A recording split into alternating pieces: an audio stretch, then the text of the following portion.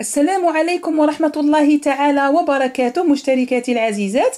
اليوم غادي تشوفوا طريقة تحضير مورقات بحشو مختلف مثل التي تباع في المحلات. هذه الحلويات مصنوعة بعجينة واحدة اللي هي العجينة المورقة، وراني عاملة من قبل مورقات مختلفين على تاع اليوم. سأضع لكم الرابط نتاعهم في آخر هذا الفيديو.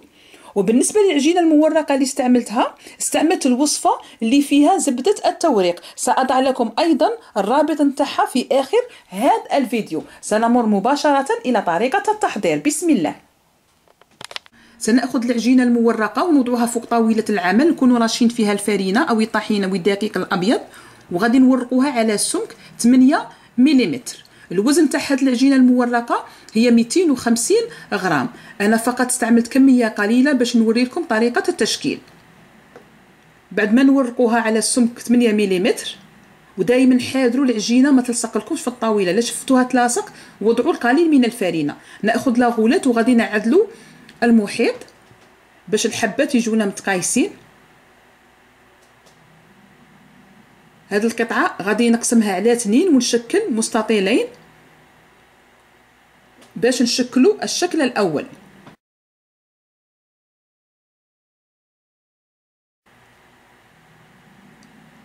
هذا بالنسبة للشكل الأول.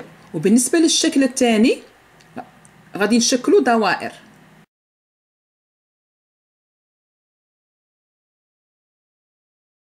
غادي تشوفوا هنايا حلويات متنوعة، والحجم تاع المستطيل والدائره هو على حسب اختياركم. الا بغيتوا تكبروهم زيدوا كبروا، الا بغيتوا حجم صغير صغروا الدائره وصغروا ايضا المستطيل. هذا هو الشكل الاول، غادي نقوم بتشكيله الان.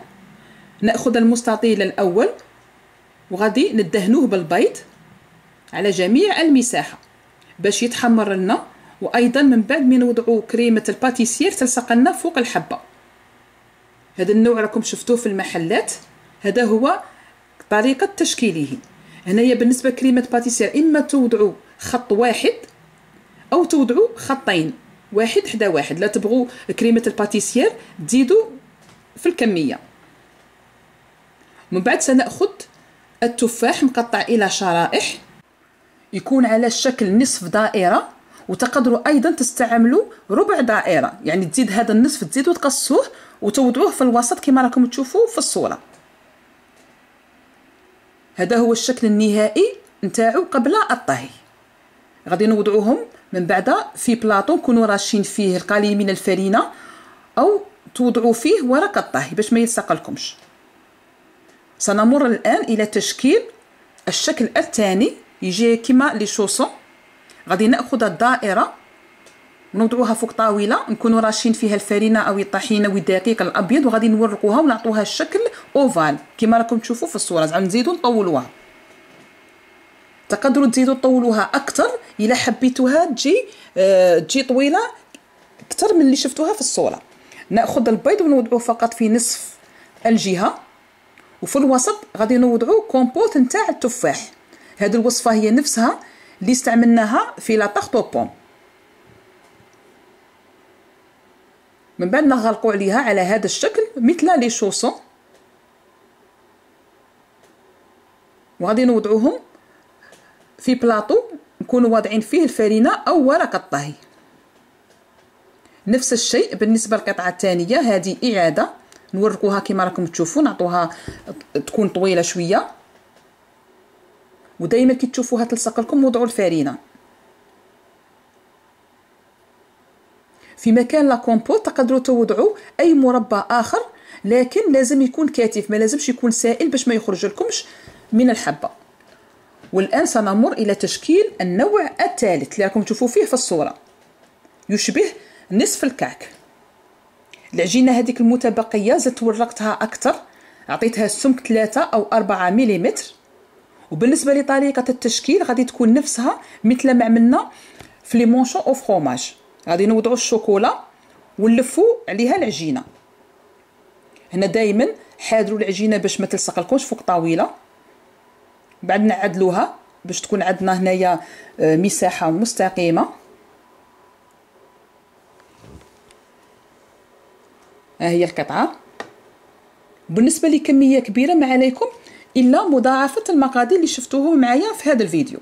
هذه الشوكولا مبشوره، تقدروا توضعوا اما شوكولا مبشوره او توضعوا هذيك الشوكولا اللي تجي على شكل شوربه فيرميسيل او لي بيبيتو شوكولا او اي شوكولا اخرى اللي تحبوها. بعد ما نوضعوا هكاك الشوكولا على الحافه غادي نلفوا عليها العجينه ونتحصلوا على شكل اسطواني.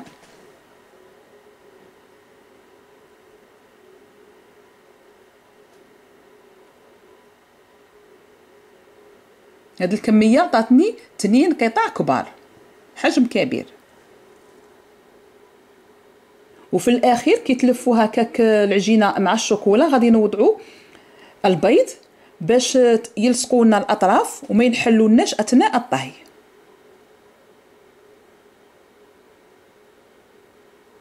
ولا حبيتوا شكل صغير صغروا في العجينه نتاعكم.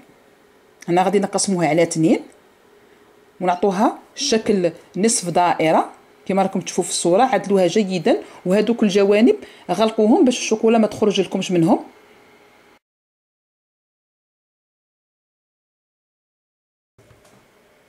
هنا بعد ما نعدلوهم ناخذ السكين وغادي نوضعوا شرائح على الجهه الاخرى الدائريه دوك تشوفوا في الصوره.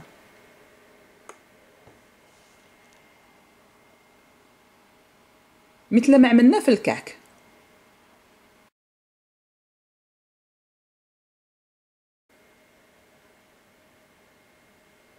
هنا ايضا في مكان الشوكولا تقدروا توضعوا مربى يكون كثيف او توضعوا ايضا كومبوت تاع التفاح في الوسط للتغيير. وهذا هو الشكل النهائي نتاعها قبل الطهي. بقى لنا من بعد نزيدوا ندهنوها بالبيض. نفس الشيء بالنسبه للقطعه الثانيه. كما لاحظتوا درت نوعين من كل شكل. ها هي الكميه اللي تحصلت عليها 250 غرام تاع عجينه مورقه. الان غادي نقوموا بطهيهم. قبل ذلك لازم تدهنوهم بالبيض باش يكون عندهم هذاك اللون الذهبي بعد الطهي. كما هذوك لي شوسون دهنتهم بالبيض وايضا هذوك نصف كعكات ايضا دهنتهم بالبيض. ووضعت فوق لي شوسون لي زاموند ايفيلي. تقدروا توضعوا الكاوكاو ايضا يصلح. وايضا هذوك نصف كعكات تقدروا ايضا توضعوا فوقهم لي زاموند ايفيلي. انا وضعت فقط فوق هذوك لي شوسون. وهنايا راني نسخن في الفرن على درجه الحراره عاليه 200 درجه مئويه ما يعادل 400 درجه فahrenheit. العجينه المورقه لازم لها الفرن يكون ساخن كثيرا باش تنفخ لكم وتحمر لكم. ومده الطهي غادي تكون من 20 حتى 30 دقيقه او حتى تشوفوهم تحمروا. ولا ما شفتوهمش تحمروا لكم من الفوق تقدروا 5 دقائق الاخيره تشعلوا على الفرن وتخلوهم يتحمروا. والبلاطو وضعوه دائما في وسط الفرن باش ما ينحرق لكمش وايضا باش ما يتحمر لكمش كثيرا من الفوق. دوك تشوفوا الشكل النهائي نتاعهم هذا هو. الان غادي نخلوهم حتى يبردوا مليح باش نكملوا عمليه التزيين. هذا النوع الاول وضعت له الناباج او لا جولي كيما اللي يتباعوا في المحلات. اذا ما كانش عندكم الناباج او لا جولي تقدروا وضع مربى نتاع المشماش تاع لابريكو. وبالنسبه للنوع الثاني هنايا تقدروا ترشوا فوقه السكر الناعم على جميع المساحه او ديروا الشكل اللي راكم تشوفوا فيه في الصوره. وضعت ورقه في الوسط ورشيت في الجوانب هكا باش تقعد فارغه في الوسط وفي الجوانب يكون فيها السكر الناعم. يعني هذه طريقه للتزيين. نفس الشيء بالنسبه للقطعه الثانيه. وبالنسبه هذوك النصف كعكات رشيتهم فقط بالسكر الناعم. تقدروا ايضا توضعوا لهم لا جولي او الناباج باش يكون عندهم لمعان. وهذا هو الشكل النهائي نتاعهم قبل الاستهلاك وشهيه طيبه.